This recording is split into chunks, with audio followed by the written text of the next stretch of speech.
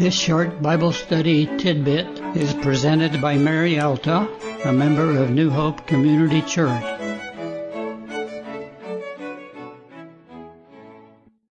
Time passed with much populating of the earth going on. As the song says, they began to beget.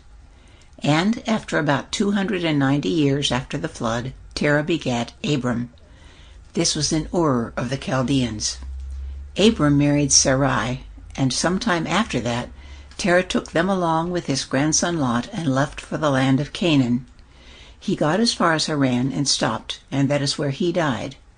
We don't know exactly how long after this, but God called Abram out of Haran. This is told to us in Genesis 12, 1-3.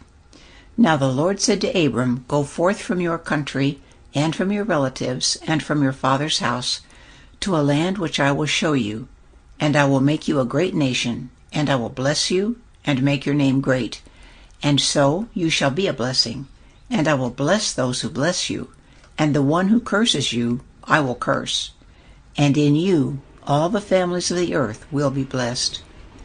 At this time Abram is 75 years old. He set out with his wife and Lot and his possessions to the land of Canaan. He reached as far as Shechem to the oak of Mamre. Here the Lord appeared to him and said, "To your descendants I will give this land." Abram built an altar there and called upon the name of the Lord. Then he continued his journey toward the Negev. But there was a famine in the land, so Abram went down to Egypt. Before they entered Egypt, Abram asked his wife Sarai to acknowledge him as her brother, not her husband. It seems that Sarai was very beautiful, and Abram was afraid that he would be killed, so that she would be free to marry someone else. And it was as he thought. Sarai was taken into Pharaoh's house, but as her brother, Abram was treated very well. He was given sheep, oxen, and donkeys, along with male and female servants and female donkeys and camels. However, the Lord brought plagues on the house of Pharaoh because of Sarai, Abram's wife. So Pharaoh called Abram to him and asked him why he didn't say Sarai was his wife. Pharaoh returned Sarai to him and had his men escort Abram and all his possessions away. Abram continued his journey to the Negev, again with his wife and nephew Lot. By this time, both Abram and Lot had so many possessions between them that it was impossible for the land to sustain all of them. This was causing strife between them, so Abram suggested that they split up. Also, there were others living in the land. They were the Canaanites and Perizzites. By this time, they were at Bethel, between Bethel and Ai. He allowed Lot to choose where he would go, and Abram went the other direction. Lot chose to go east in the valley of the Jordan because it was well watered, like the garden of the Lord. But it was also the area of the cities, such as Sodom and Gomorrah. So Abram settled in Canaan, where the Lord spoke to him again. In Genesis 13:14-17, we read this, "Now lift up your eyes and look from the place where you are, northward and southward, and eastward and westward. For all the land which you see, I will give it to you and to your descendants forever.